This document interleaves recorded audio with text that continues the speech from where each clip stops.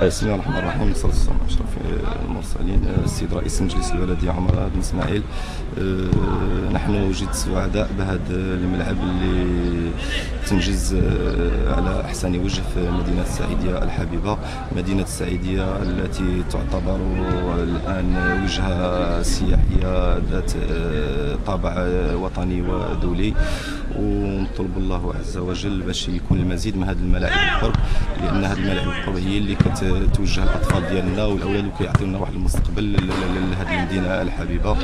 وهذا الملعب اللي تنجز من طرف الجامعة الملكية المغربية لكرة القدم بمساهمة مع جميع الشركاء، كنشكرهم جزيل الشكر ونطلبوا منهم المزيد من العطاء لهذه المدينة، وننظروا عليها بواحد النظرة ان شاء الله شمولية، باش يكون واحد الملاعب، واحد القاعات مغطاة اللي حنا كنطالبوا بها، ورانا غادي نوقعوا فيها في اقرب وقت ان شاء الله مع المسؤولين. والسلام عليكم ورحمة الله.